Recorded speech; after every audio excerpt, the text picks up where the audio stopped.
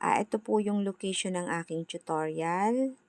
Yung pong kanto sa pagitan po ng legislative at saka po ng munisipyo ng Ibaan. Yan, ari po.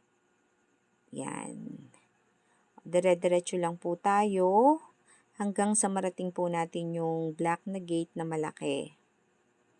Yan, yun po i-school ng St. Dominic Savio College of Ibaan.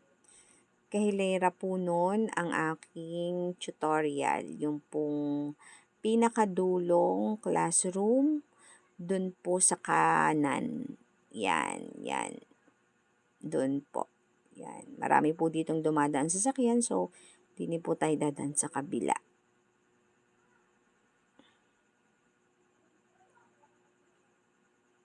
Yan. Eto na po. Malapit na po tayo. Pasok lang po tayo. Yan.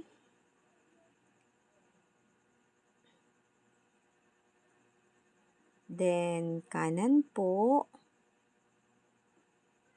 So, iyon po. Yung pong pinakadulong classroom sa kanan po.